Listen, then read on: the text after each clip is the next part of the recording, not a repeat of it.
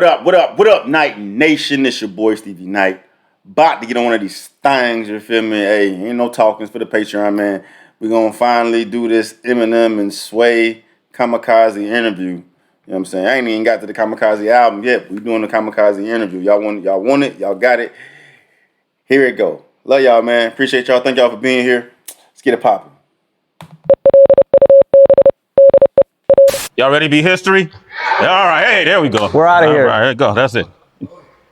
Sway, so before we get started, will you please sign this for me? Oh, shit. Damn. Wow. Wow. Look at how, you look like a kid. You're a kid there. Damn, man, I was a baby, bro. Crazy. That's our teenage years. Y'all didn't know I had bars once upon a time, huh? Yeah, you want me to say Marshall? You should have kept at it, bro. Yes, please. Okay. That's M-A-R. That's H-A-L-L. Mm-hmm. Yeah, there you go. Look at that, man. I signed a vinyl for him, man. Look at that, man. Look at incredible. Man, your signature's so much better than mine. Fucking hip hop historian. And M know how to gas, bro. He know how to gas. There's no reason he needs to be up sitting here. There's no reason he needs to be sitting up here gassing Sway. He don't need to do that, but he motherfucking know how to he know how to gas, dog. But the hip hop historian shit. Thanks, man. Yeah, no problem, man. Man, you threw me off with that. Fucked up your whole shit? Not really. Just impressed that you dug that deep in the crates, man. I didn't know you. I'm always digging in the crates. That's good to know, man. That's good to know. If you want to use any lyrics from any of those songs on that vinyl, bro. Well, I was going to ask you when the cameras are off.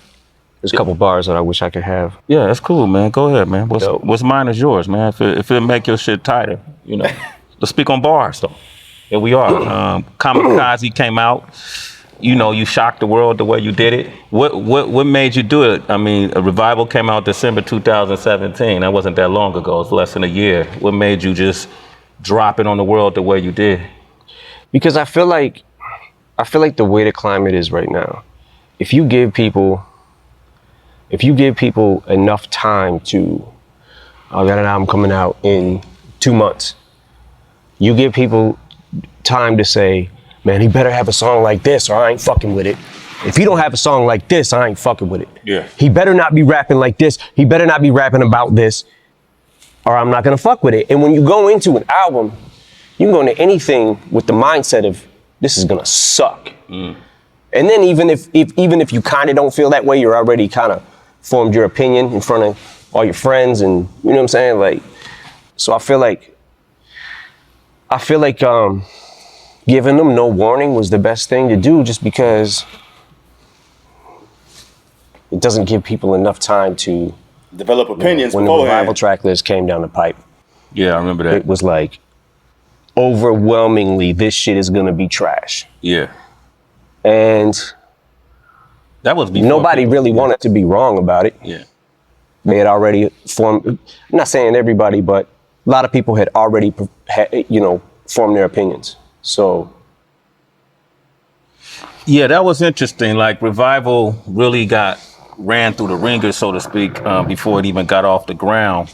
But, you know, this is that day and age. You know, it's different now, right? Yeah.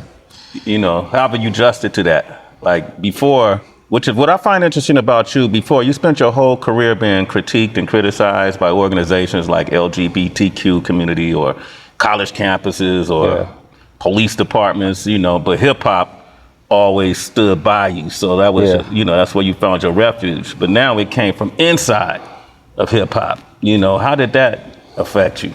Me sitting back and seeing things that I saw, it was kind of like, I felt a bunch of different ways. I felt like, okay, maybe because it doesn't sound like everything else and what, Revival was when he got woke. That's the woke Eminem.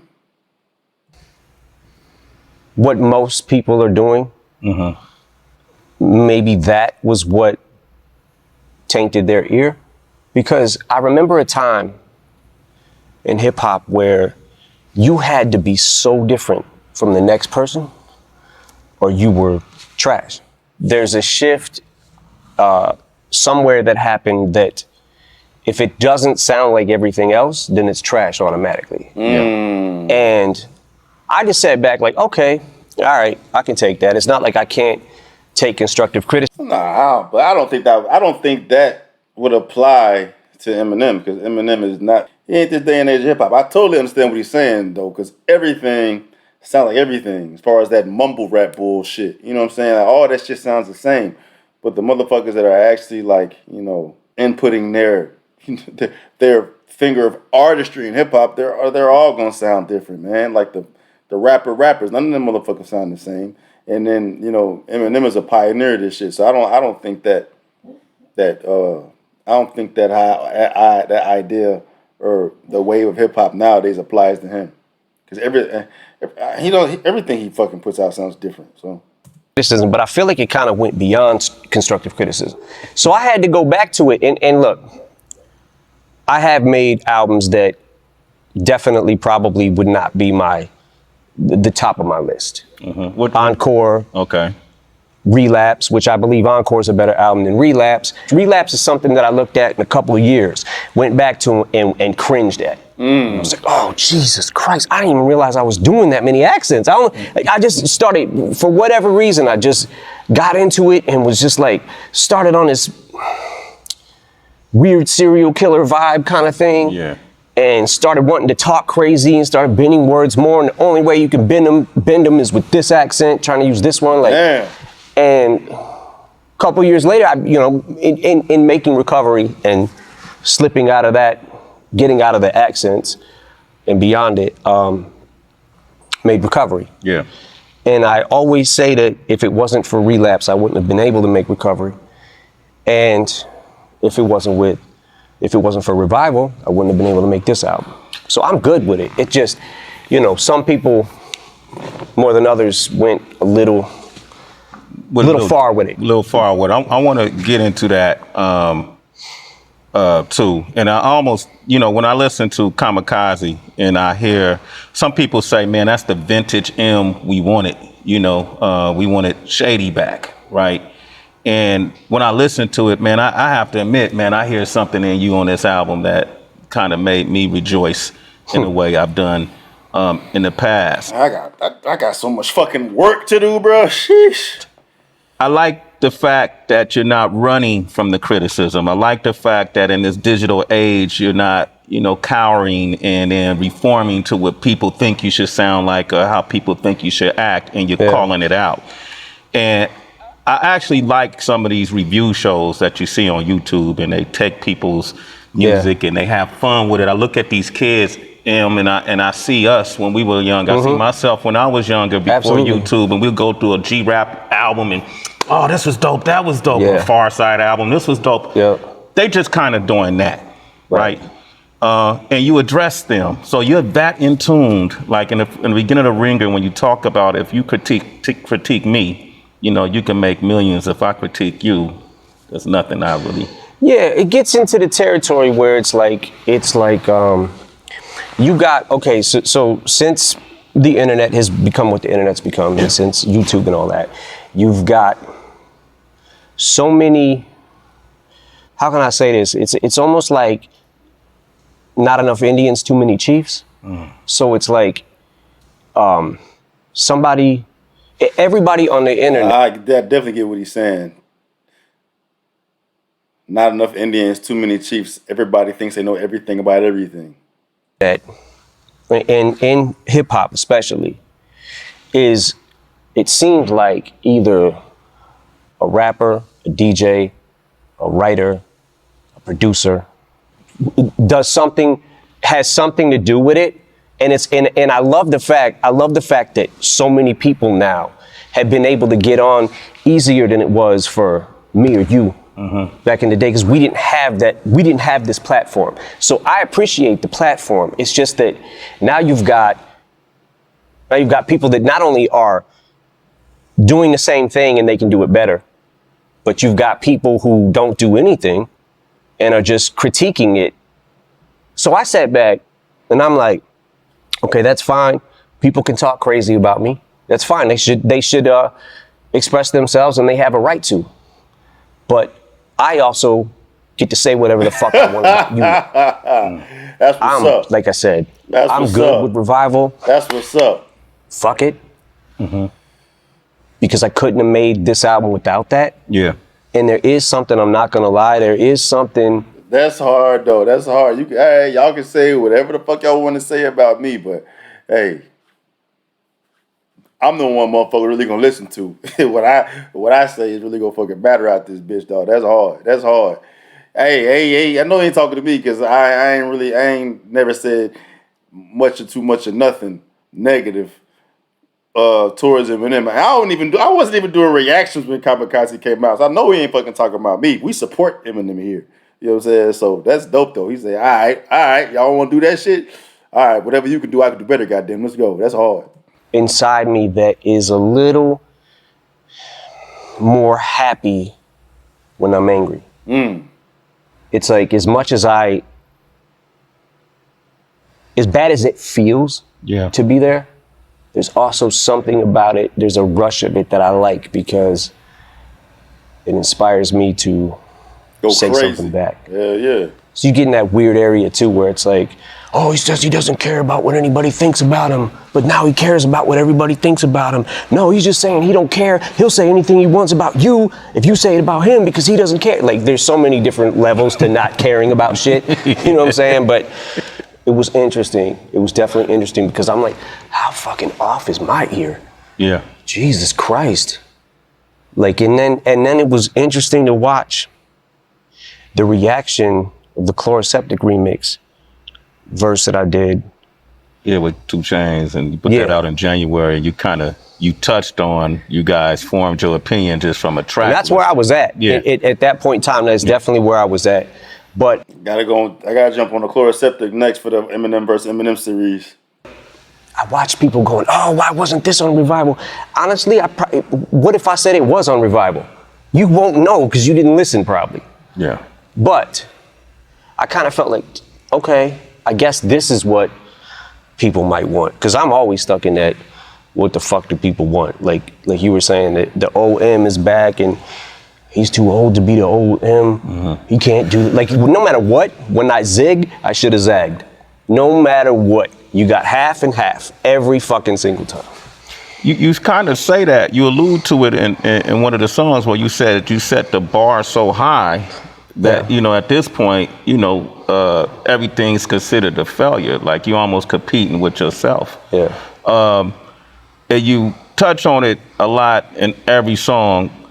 Well, not every song, but majority of songs you touch on it, I appreciate. But I have to, like, the Joe Budden thing is really interesting because that, along with MGK, of course, is making a lot of noise out there. Mm-hmm. And it throws a lot of folks off. When Joe first started commenting, it was mixed reactions. Some people said it was disloyal. Some people said, man, he's entitled to his opinion. Mm-hmm. I would assume that obviously it got under your skin, considering the relationship you've had with him with Slaughterhouse. Yeah. How do you describe your relationship with Joe Budden? Taking a encapsulated product, which will sound like this, it's very soft, right? You went in on MGK. You guys had a discrepancy. You know, you go down the fucking wormhole of YouTube and whatever, right? So I see. All right, let's go. Let's do it. I got time. We're gonna knock 2 of these out right now. Let's go. Part 2. How do you describe your relationship with Joe Budden? I mean, listen, me and Joe Budden aren't, you know, we're not friends like that. We're not like, we didn't go to the same fucking high school or something, you know what I'm saying? So I get that part. But when I'm out here flying around to different places and doing interviews and trying to use my platform to pump up Slaughterhouse every chance I get, and you're using your platform to fucking trash me, and I'm one of the things that keeps this ship moving. Do you know what I'm saying? Mm-hmm. So you're doing something, you got a voice in hip hop, so you actually could be affecting this ship a little bit. You know what I'm saying? Because you don't owe me nothing. But I've never gotten a fucking interview and been like, Joe Budden shit is fucking trash. That last album he put out is fucking trash. So that's kind of the attitude. Yeah, that doesn't make any sense at all. I don't need to say anything about it. I was just speaking my thoughts out. That makes no sense. Why would you try to trash Eminem? Eminem is the one trying to put Slaughterhouse on. You're on Slaughterhouse. You're taking money out your own mouth. That doesn't make any sense. Why would you take money out your own mouth? Fucking idiot. I took Just logically, it doesn't make sense. to this whole album. Kamikazee is like, all right, what if I give everybody my opinion about them? But look, I want to talk about Slaughterhouse because there's a lot of, including myself, people that really feel like the Slaughterhouse saga was unfinished. You know, I know there's a Glass House album that was pretty much completed but never released, right? Where we had left it about 2 years ago was everybody came in and some of the guys in the group picked certain beats. Some of the guys didn't feel those beats, so they liked the other beats. And there was definitely enough songs to put an album out, but for the most part, it wasn't a complete picture because everybody wasn't on the same page of what their favorite songs were. So I thought they were gonna go back home, regroup, and try to make a few more songs. I didn't hear anything from that, and then at that point I started getting really deep into Revival. You know, I was recording every day. So a couple months go by, and from what I understand it to be, what I was told, I didn't hear this firsthand, but Joe said, Slaughterhouse ain't hot right now, we don't have a buzz, we need to put out a mixtape. From that point, everybody started branching out. Royce went and did his album, Prime. Like, everybody started doing their own kind of solo shit. So I thought they were just happy with that. You know what I'm saying? Like, they just wanted to maybe work on their own projects for a while and we would come back and visit this or whatever. When we made the first Slaughterhouse album, The Welcome to Our House. Welcome to Our House, that was another album that I felt like, holy shit, people literally just trashed this. They trashed this album. There was a huge fucking backlash of, oh man, this ain't what we want to hear. It sounds too polished and all this shit. Like, you're critiquing these guys who are fucking wordsmiths. Do you know what I'm saying? Like, so there's a certain type of person that, oh man, I only like the beats. There's a certain type of person that will lean towards lyrics more. There's a certain type of person that will lean towards a voice more. They like better. You know what I'm saying? Like, everybody leans towards their own thing, but I was just like, holy shit. Because to me, the beats were crazy on that album. And only thing I did was added my little touch of like sprinkling music in these tracks and mixing them to try to bring out, you know, the production a little bit, which I don't even know if I did any actual beats on there on the first album, but all I heard was the backlash that it was too polished. Yeah. So we said, okay, let's do another album and then you guys do what you want to do with it.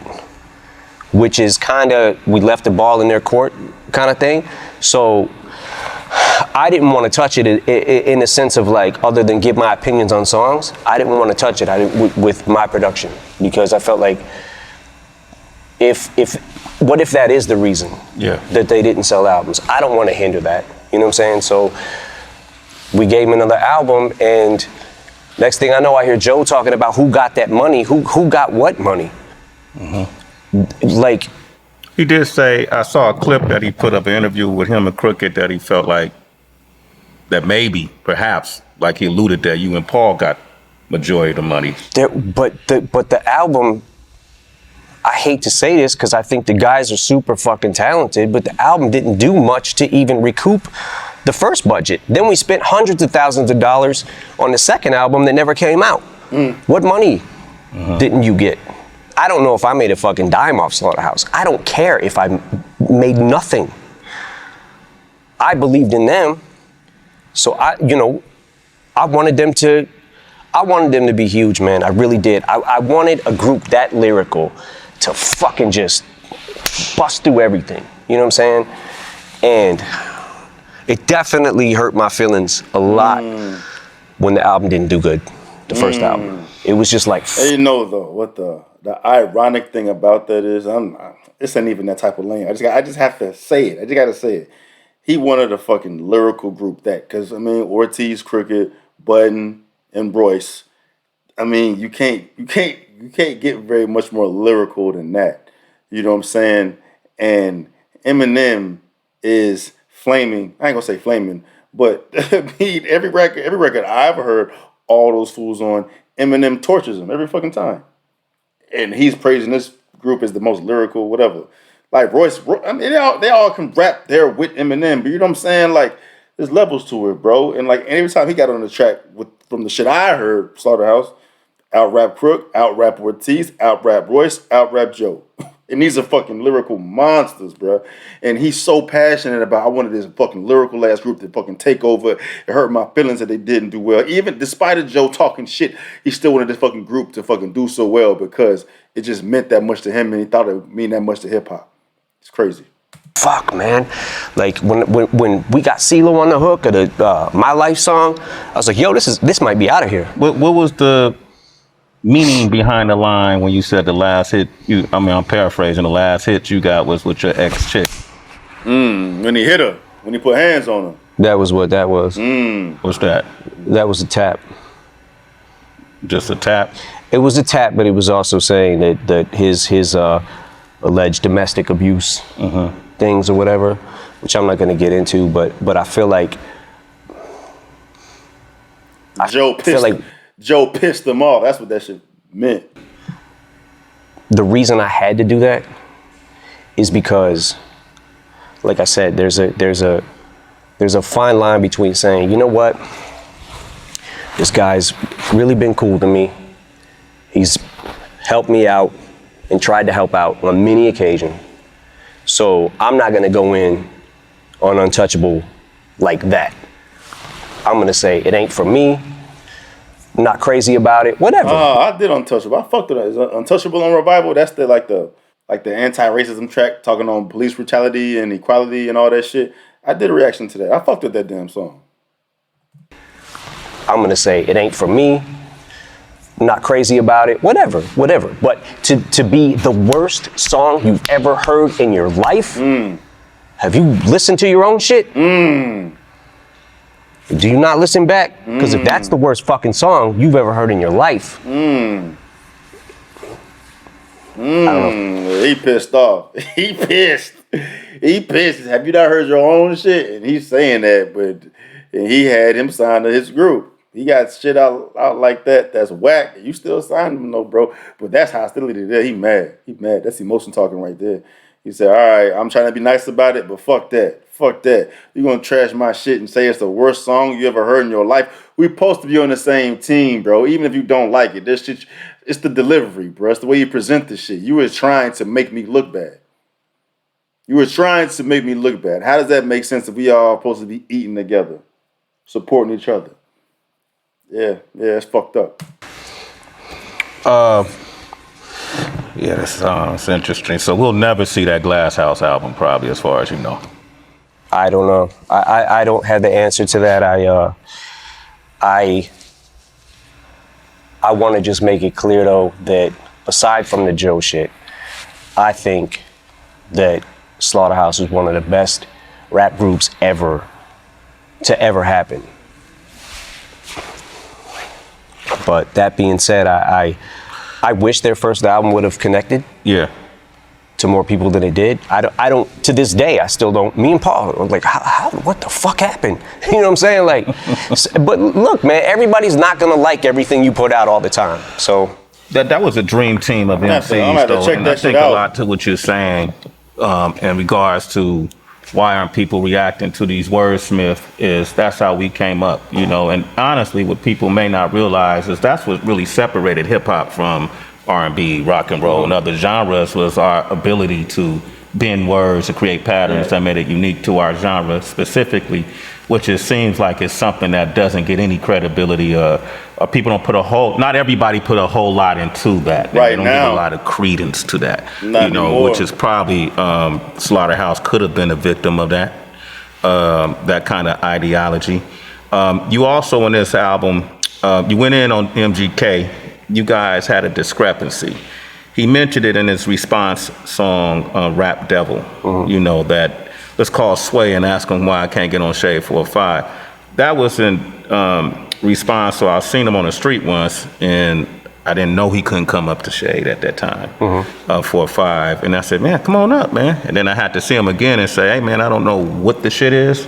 Yeah. But until that gets cleared up, there's no way I can have you on there. Yeah. What's the shit with that? What happened? Well, the shit is, just for the record, the thing that was going on that he was saying about my daughter, I didn't even know about that until like literally like a year and a half later. Okay. It never hit my radar. And then one day, you go down the fucking wormhole of YouTube and whatever, right? So I see Machine Gun Kelly talks about Eminem's daughter, whatever, right? So what the fuck? Click on it. Like, yo, why is he? Then he starts doing a press run, basically, about Haley. I'm like, what the fuck? Yo, my man better chill, right? So that's not why I dissed him. The reason I dissed him is actually a lot more petty than that. Okay. The reason that I dissed him is because he got on. First when he said, I'm the greatest rapper alive since my favorite rapper banned me from Shade 45 or whatever he said, right? Like I'm trying to hinder his career. So I don't give a fuck about your career. You think I actually fucking think about you? You know how many fucking rappers that are better than you? You're not even. Bruh, hold on. Bruh, he mad. This is fucking priceless, dog. I gotta rewind that shit back. I mean, hey, MGK dope, but if it comes down to Team Eminem, Team MGK, I'm on Team Eminem all day. But MGK is a talented motherfucker, but you can tell he got the hatred behind these words when he say this shit. Say it again, man. You think I give a fuck about your career? Rapper banned me from Shade 45 or whatever he said, right? Like I'm trying to hinder his career. So I don't give a fuck about your career. You think I actually fucking think about you? You know how many fucking rappers that are better than you? You're not even in the fucking conversation. I don't care if you fucking blow or if you don't blow. It doesn't matter to me. But then when you get on Tech Nine's album and you start sending shots and people start hitting me up, yo, Machine Gun dissed you, he dissed you. I'm like, I listen to it, I'm like, did he really diss me though? I keep listening to it. Y'all just rap, you not gods. And then somebody sends me a screenshot of his Twitter. And it says, had some shit to get off my chest. You just rap, you not God. Some shit like that. Yeah. And I was like. A reference to the Rap Gods song? Yeah. So I'm like. Yeah. On the song he said, y'all. Competitive spirit, bro. He lighting that fire up in Eminem's ass, dog. I gotta go back and check that Tech song out. Tell me which one it is. Just rap, you not gods. And on Twitter, he said, you just rap, you not God. Had some shit to get off my chest. And I'm seeing, and by the way, this was on the heels of the freestyle he had just did about Shade 45s. Like, shut the fuck up. Shut the fuck up. Now I'm in this fucking weird thing because I'm like, I gotta answer this motherfucker. And every time I do that, it makes that person as irrelevant as people say I am in hip hop. Yeah. I make them bigger by getting into this thing where I'm like, I want to destroy him. But do him a favor, I also don't want to make him bigger. Yep. Do you know what I'm saying? Yeah. Because now you're a fucking enemy. So I'll leave it at that. I'm not sure exactly what I'm gonna do at this point right now because I'm still kind of waiting to see what. You haven't heard his Rap Devil response? No, I heard it. What do you think of it? It's not bad for him. Mm-hmm. He has some good lines in it. Did y'all really call Interscope to try to shelve his? Fuck no. I never made a fucking call. Made a call to Diddy. Really? Yeah. I got Diddy's number. Just hit him up. Yo, Diddy, what up? Never happened. It didn't feel like a diss to me. It just felt like pitiful. I'm like, ah, fuck. Now I'm feeling bad for something I didn't even have to do with. So that's how that happened.